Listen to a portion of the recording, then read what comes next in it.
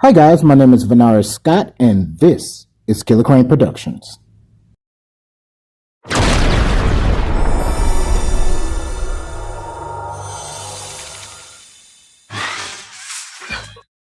Anyone who knows me knows I love the show Family Matters. I remember every Friday in the late 80s and early 90s, I would rush home so I could watch this show on the ABC station on a segment called TGIF. I've watched every episode of this series. However, the last episode did not really do anything for me. In my opinion, it felt rushed. It didn't bring the series full circle for me. And it didn't answer any questions many had about a couple of the characters, such as, what happened to Judy? Why was she not seen or mentioned after her grandma's wedding? What happened to Aunt Rachael? Where was she gone all that time? And why did she suddenly show up at the end? Anyway, I've talked to a number of other fans of this show, and everybody seems to feel the exact same way. So I thought I'd make a fan fiction explanation of what I think happened to the characters mentioned before. Keep in mind, I do not own the rights to anything associated with Family Matters. This is just a personal derivative story arc. If the copyright owners of Family Matters are watching, please keep in mind, I am not making any money off of this series whatsoever, nor do I intend to make any money off of this. This is not a carbon copy likeness of the original source material. As you will see, the images of the characters are different, and the voiceovers that represent each character sound nothing like the original cast. Upon the request of the copyright owners of Family Matters, I will gladly remove this video and any future videos in this series. The copyright owners of Family Matters are more than welcome to use this story or parts of it in any story they would like to create in the future. Above all, please keep the fair use doctrine in mind. All right, guys, here it is.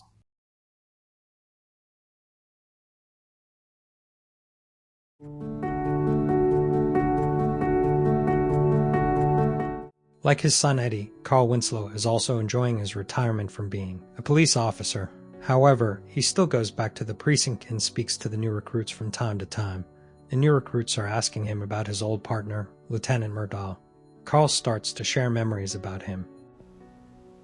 Is that the same lieutenant that did... Yes, it is. One of the recruits pulls out his phone to search Murdaugh's name. How do you spell that? M-U-R... What else, sir? Carl pauses for a moment with a blank stare. Carl then says softly, D, like the D in English. The recruits share glances at each other. One of the recruits breaks the silence. What do you mean, sir? There's no D in the word English, or in the word Murtaugh. Carl's eyes glaze over. He looks around the room as if he just broke out of a trance. He says in a soft voice, Yeah, you're right. I wonder why I said that.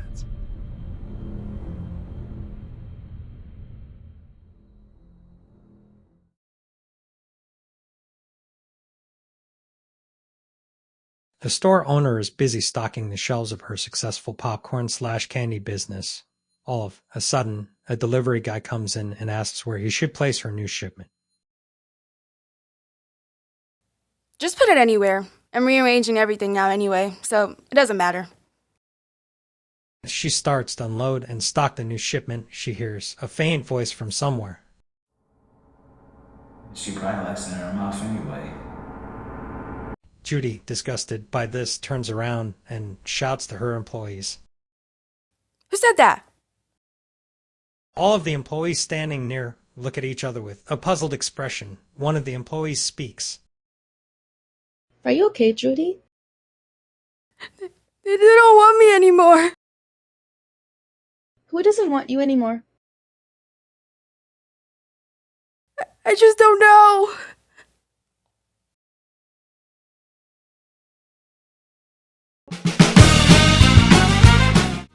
That's all we have time for today. Join us next time as I, Laura, explain the law. Good night, everyone.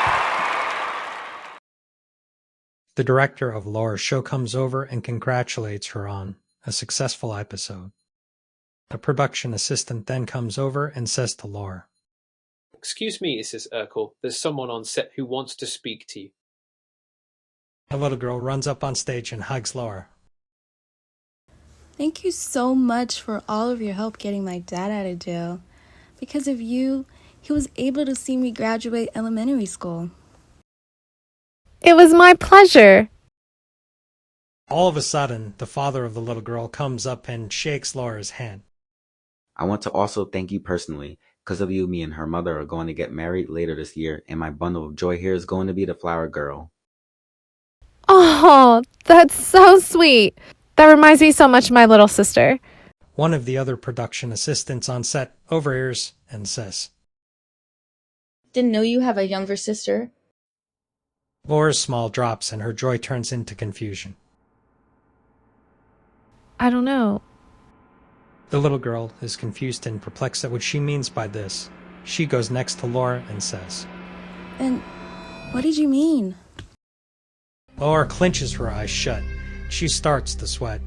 All of a sudden, visions of a little girl races through her head. She folds her arms and puts her head down on the desk in front of her. The images start to fade, but for some strange reason, she is left with a sense of sadness and loneliness.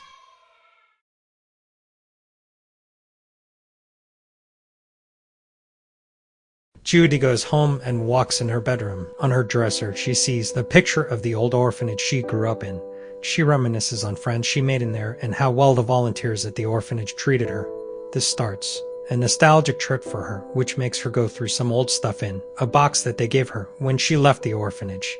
There's artwork she made, souvenirs from field trips they took, and also report cards from these schools they made her attend. She digs deeper. She finds a pretty dress that she was wearing when she was found. Before then, she has no recollection of what happened in her life before then. This gives Judy a migraine trying to recall what happened. She then turns on some music on her phone. It's through an app called Krane Tunes. Judy chooses a soothing song. This puts her in a good mood. The next song that instantly plays is a rap song by a female artist. As she listens, Judy's is instantly angered. For some reason, she takes her phone and throws it again, her mirror shattering. No more rap music! No more rap music!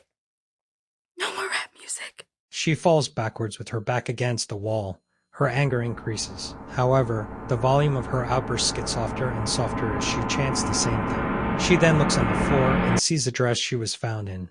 She stares at the dress and then slowly picks it up. As she looks at it, tears flow out of her eyes. She clenches the dress against her chest and drops her head, hugging the dress hard. Tears soak the dress, and she continues to chant softer and softer.